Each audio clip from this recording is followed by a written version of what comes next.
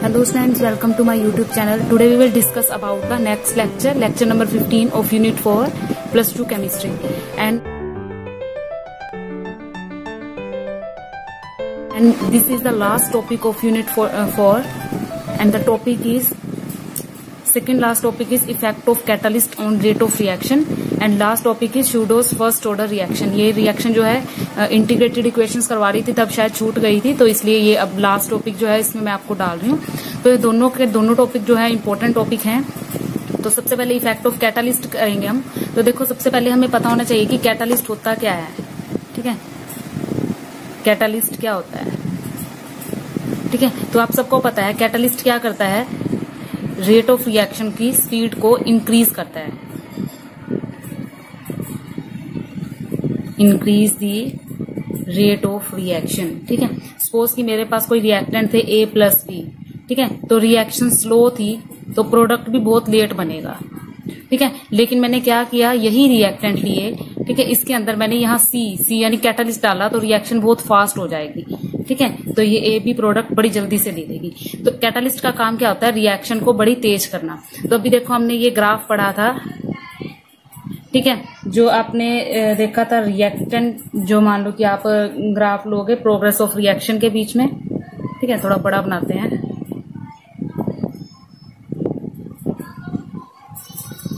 ये प्रोग्रेस है रिएक्शन का, प्रोग्रेस ऑफ रिएक्शन की रिएक्शन किस तरह से प्रोग्रेस करेगी, और इस साइड हम एनर्जी ले लेते हैं। ठीक है, तो जब कोई रिएक्शन शुरू होगी कुछ ना कुछ एनर्जी उसके पास होगी, तो सपोज वो एनर्जी है ER। ठीक है, रिएक्टेंट की कुछ एनर्जी है ER। तो यहाँ पर एक बैरियर है जिसको थ्रेशोल्ड एनर्जी कहते हैं, एक्टिवेशन एनर्जी में मैंने पढ़ा रखा है, ये है थ्रेशोल्ड एनर्जी। ठीक है, तो विदाउट कैटालिस्ट रिएक्शन कैसे होगी, यहाँ से रिएक्टेंट जो है बढ़ेगा और जाकर यहाँ इस बैरियर को क्रॉस करेगा और कुछ ना कुछ जो है आपको वो प्रोडक्ट दे देगा। यहाँ पे उसने प्रोडक्ट दे दिया। ठीक है, ये तो तब हुई रिएक्शन जब मैंने यहाँ पर कोई कैटालिस्ट यूज नहीं किया। ठीक है, विदाउट कैटालिस्ट कोई भी यूज नहीं किया मैंने यहाँ। ठीक है, तो ये रिएक्शन इस तरह से हुई। तो आपके पास यहाँ पर एक्टिवेशन एनर्जी क्या बनेगी, एक्टिवेशन एनर्जी जो बनी आपकी क्या बनी, यहाँ पर यही होती है एक्टिवेशन एनर्जी। ठीक है, तो ये एक्टिवेशन एनर्जी बनी आपकी। ठीक है, अब सपोज कि मैंने रिएक्शन में कैटालिस्ट डाल दिया, पहले तो मैंने इसके लिए बनाया था ये, तो ये इस तरह से हुई स्लो रिएक्शन। ठीक है, धीरे धीरे से बढ़ा। लेकिन जैसे मैंने ये रिएक्शन ली, यहाँ पर कैटालिस्ट डाल रखा है, तो देखो एनर्जी तो यही रहेगी, है ना। तो वो क्या करेगी, बैरियर को बड़ी जल्दी से क्रॉस करके एक नया प्रोडक्ट जो है मुझे यहाँ दे देगी। तो अब देखो यहाँ पर पहले EA इतना था, लेकिन अब EA की वैल्यू कितनी होगी, घट गई, EA कम हो गया, और साथ ही साथ ये यानी कि थ्रेशोल्ड एनर्जी का जो बैरियर था वो भी कम हो गया। ठीक है, तो अब इसका काम क्या हुआ, कैटालिस्ट क्या करता है, कैटालिस्ट बैरियर को कम कर देता है। ठीक है, बैरियर को कम कर देता है और रिएक्शन को तेज कर देता है। विद कैटालिस्ट बैरियर्स क्या हो जाएगा, कम हो जाएगा, और एक्टिवेशन एनर्जी भी क्या होगी, कम। ठीक है, एक्टिवेशन एनर्जी क्या होगी आपकी, एक्टिवेशन एनर्जी कम होगी, है ना। थ्रेशोल्ड एनर्जी कम होगी, है ना, और रिएक्शन क्या होगी, रिएक्शन क्या बढ़ गई। ठीक है, रिएक्शन इंक्रीज हो गई, जल्दी से हो गई रिएक्शन। ठीक है, तो अब क्या किया कैटालिस्ट ने बैरियर को कम कर दिया। ठीक है, तो इसके लिए जैसे ये इक्वेशन भी थी, देखो इसको जस्ट सिंपली समझने का वे है, जैसे सपोज कि यहाँ पर कोई बैरियर था। ठीक है, तो इस साइड कोई 50 मॉलिक्यूल्स थे। ठीक है, 50 में से कुछ ऐसे थे जो इस बैरियर को क्रॉस कर सकते थे। सपोज कि 30 ऐसे थे जो बैरियर को क्रॉस कर सकते थे, उन्होंने क्रॉस किया और इस साइड पहुंच गए। लेकिन 20 ऐसे थे जो इस बैरियर को जो है क्रॉस नहीं कर सकते थे। तो उस बैरियर को कम करने के लिए उसमें मैंने कैटालिस्ट डाल दिया, तो जो 20 थे अब वो भी बैरियर कम करके इस साइड पहुंच जाएंगे। ठीक है, तो ये जस्ट सिंपल सा मेथड है, कुछ भी नहीं है। कैटालिस्ट रिएक्शन को बढ़ा देता है, तो मैंने यहाँ पर क्या किया, वही काम किया, मैंने बैरियर को कम कर दिया। किसकी सहायता से किया, कैटालिस्ट की सहायता से किया। ठीक है, तो ये विद कैटालिस्ट मेरे पास ये आ गया। ठीक है, तो इसके लिए जस्ट सिंपली आपको पता है K इज इक्वल टू क्या होता है, A(e⁻⁻ ठीक है, ये होता है। अब यहाँ पर देखो जरा, जो ये एक्टिवेशन एनर्जी है, एक्टिवेशन एनर्जी को कैटालिस्ट क्या कर रहा है, कम कर रहा है। अब देखो यहाँ पर ऑलरेडी साइन माइनस का है। ठीक है, और यहाँ पर माइनस की वैल्यू को पुट करेंगे। ठीक है, अगर तो ये माइनस का साइन ना होता फिर तो ये डायरेक्ट इस पे वो करता, डिपेंड करता। अगर ई ए बढ़ता तो के बढ़ता, अगर ई ए घटता तो के घटता, लेकिन अब यहाँ माइनस का साइन है तो इसका मतलब क्या होगा, ये एक दूसरे से अपोजिट होंगे। ई ए कम हो रहा है, एक्टिवेशन एनर्जी कम हो रही है, तो के क्या होगी, बढ़ेगी। ठीक है, due to this negative sign. अब के बढ़ेगी यानी कि रेट, क्योंकि रेट के ऊपर डिपेंड करता है, ये रेट भी बढ़ेगा। ठीक है, तो रिएक्शन का रेट भी बढ़ेगा। तो ई ए को कम करेंगे, नेगेटिव का साइन है, तो के जो है कांस्टेंट जो है ये आपका रेट है ये बढ़ेगा। तो इससे क्लियर है कि जो कैटलिस्ट है वो रेट ऑफ रिएक्शन को इंक्रीज करता है। ठीक है, तो ये देखो increase the rate of reaction. ठीक है, तो ये इस बार इसका स्क्रीनशॉट ले लो, मैं इसकी डेफिनेशन लिखवा देती हूँ। तो ये डेफिनेशन नोट कर लो, it increase the rate of reaction in forward as well as backward reaction. अब देखो यदि यहां से ये बढ़ा है, रिएक्शन को बढ़ा है, तो ऑब्वियसली ये तो फॉरवर्ड है लेकिन बैकवर्ड जाएगी। यदि रिएक्शन बैकवर्ड जाएगी यानी यहां से यहां जाएगी, तब भी क्या कर रहा है, कैटलिस्ट रिएक्शन को दोनों तरफ से बढ़ाता है। तो इसका स्क्रीनशॉट ले लो। वैसे मैंने डिस्क्रिप्शन बॉक्स में ये नोट्स की पीडीएफ डाल दिया, आप वहां से डाउनलोड कर सकते हो, तो ले लो। अब देखो नेक्स्ट टॉपिक पढ़ेंगे शूडोज फर्स्ट ऑर्डर रिएक्शन।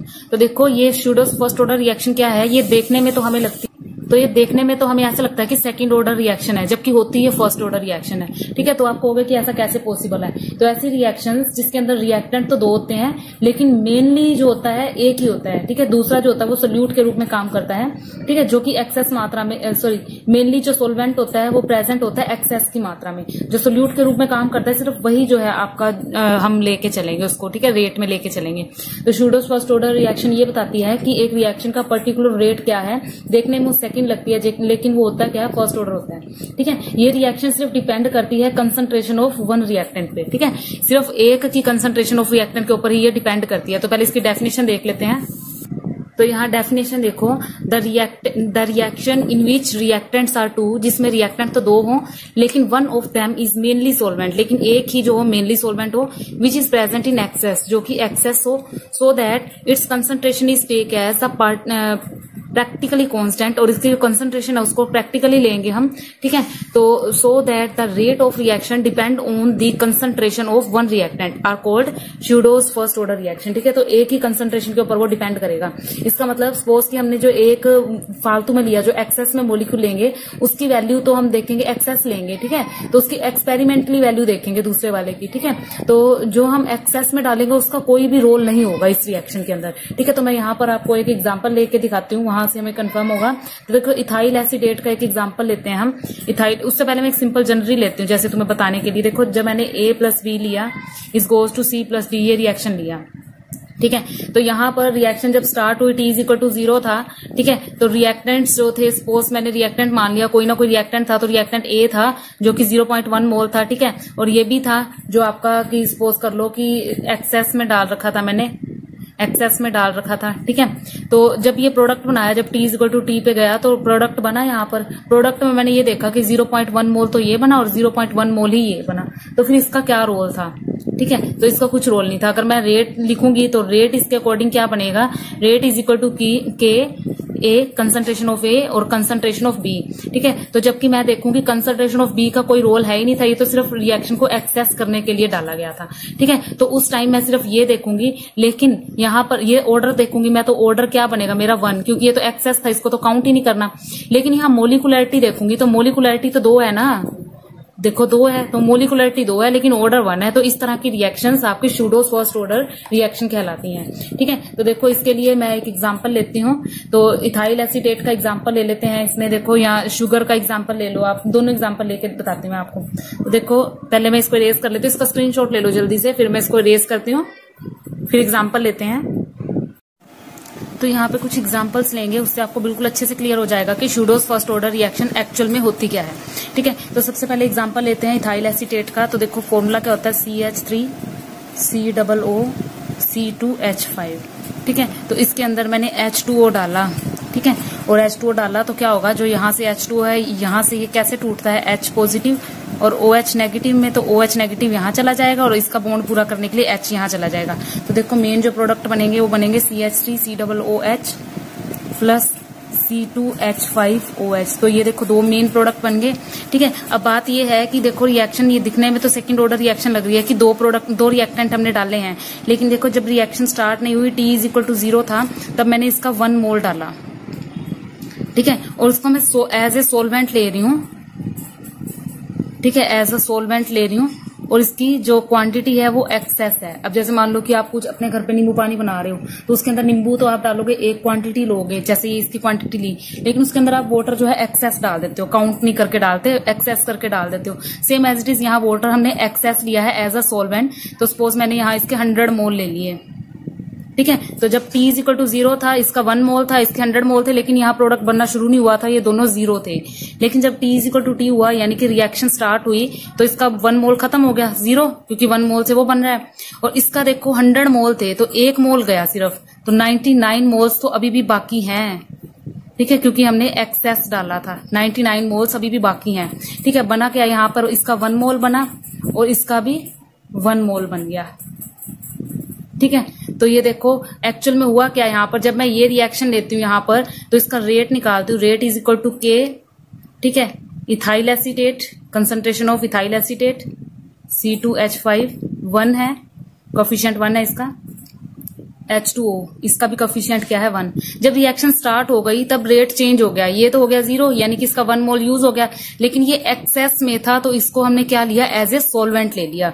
तो मैंने यहाँ पर क्या कह दिया कि जो आपका H2O और इसका जो ये है रेट कांस्टेंट, ये किसी अदर कांस्टेंट K डैश के इक्वल है। तब रेट क्या होगा, रेट बिकम्स K डैश, देखो इसकी और इसकी जगह K डैश लिख दिया, और CH3 COO C2H5, ठीक है। तो यहाँ पर जो आपका ऑर्डर निकल के आया, ऑर्डर क्या निकल के आया, सिर्फ 1 निकल के आया, ठीक है। क्यों निकल के आया, क्योंकि मैंने ये एक्सेस में डाला था सोलवेंट को, ठीक है। इसका इससे कोई लेना देना नहीं है, ये तो सिर्फ रिएक्शन को कंप्लीट करवा रहा है, ठीक है। तो इस तरह की रिएक्शंस जो दिखने में तो सेकंड ऑर्डर की लगती हैं, लेकिन एक्चुअल में होती फर्स्ट ऑर्डर की हैं, उनको स्यूडोज फर्स्ट ऑर्डर रिएक्शन कहते हैं, लेकिन मोलिकुलरिटी इसकी अभी भी 2 रहेगी। और ये स्टूडेंट आपको कैसे पता, मेरे को कैसे पता ये ऑर्डर 1 है और मोलिकुलरिटी 2 है, इसके लिए मैंने अलग से वीडियो बना रखी है, इसी का पार्ट नंबर देखना। फर्स्ट ऑर्डर के बाद मैंने मोलिकुलरिटी और ऑर्डर निकालने सिखा रखे हैं, वहां से आप देखना कि ऑर्डर कैसे निकालते हैं और मोलिकुलरिटी कैसे निकालते हैं, तभी आपको ये एग्जांपल अच्छे से समझ आ गया। जिसको मोलिकुलरिटी और ऑर्डर निकालना आता है वही इस जो एग्जांपल को अच्छे से समझ सकता है।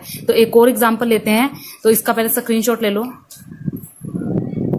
तो नेक्स्ट एग्जांपल मैं यहाँ पे ले रही हूँ, बड़ा इंपॉर्टेंट है, आपकी एनसीईआरटी बुक का एग्जांपल है ये, इन्वर्शन ऑफ केन शुगर। तो देखो केन शुगर का सबको फॉर्मूला पता है, क्या होता है, C12H22O11, ठीक है। तो इसमें भी रिएक्शन को कंप्लीट कराने के लिए वाटर डालूंगी, जो कि एक्सेस में डाल रहे हैं, ठीक है। और जब ये प्रोडक्ट देता है हमें, ठीक है, जब तो T इज इक्वल टू 0 था, ठीक है, तो मैंने इसका 1 मोल लिया, इसके 100 मोल लिए, ठीक है, और रिएक्टेंट 0 था, सॉरी प्रोडक्ट दोनों 0 थे, जो भी बनेगा।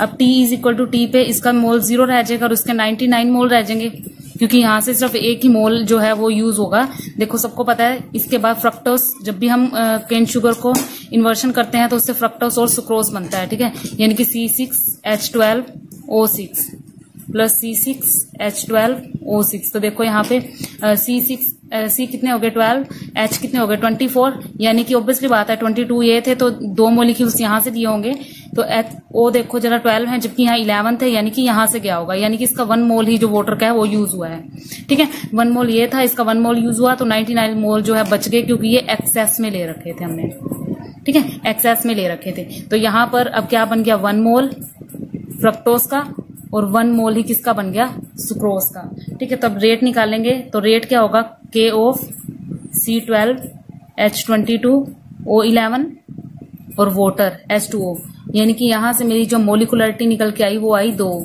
क्योंकि 2 मोल थे, एक इसका और इसका, ठीक है। लेकिन जब हम रेट की बात करेंगे तो ये तो एक्सेस है, ठीक है, वही बात करेंगे कि ये K डैश है, K ऑफ H2O, क्योंकि हमने ये एक्सेस लिया था। तो इस केस में फिर से हमारा जो ऑर्डर है वो क्या निकल के आएगा, 1। तो इसका ऑर्डर क्या निकल के आएगा, 1।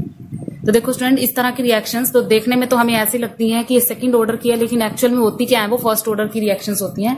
तो इन रिएक्शन को हम स्यूडोज फर्स्ट ऑर्डर रिएक्शन कहते हैं, ठीक। आई होप कि आपको इन एग्जांपल से अच्छे से समझ आ गया होगा, लेकिन फिर भी यदि आपको कोई प्रॉब्लम होती है कुछ भी, तो आप मुझे कमेंट बॉक्स में पूछ सकते हो, ठीक है। और साथ ही मैंने डिस्क्रिप्शन बॉक्स में ये सारे नोट्स के लिंक जो है PDF फाइल का दे दिया है, आप वहां से नोट्स भी डाउनलोड कर सकते हो। ये यूनिट खत्म हो गई है स्टूडेंट्स, तो इसके अब कुछ न्यूमेरिकल्स हैं वो करेंगे, ठीक है, और फिर नेक्स्ट यूनिट में मिलते हैं हम। Thank you.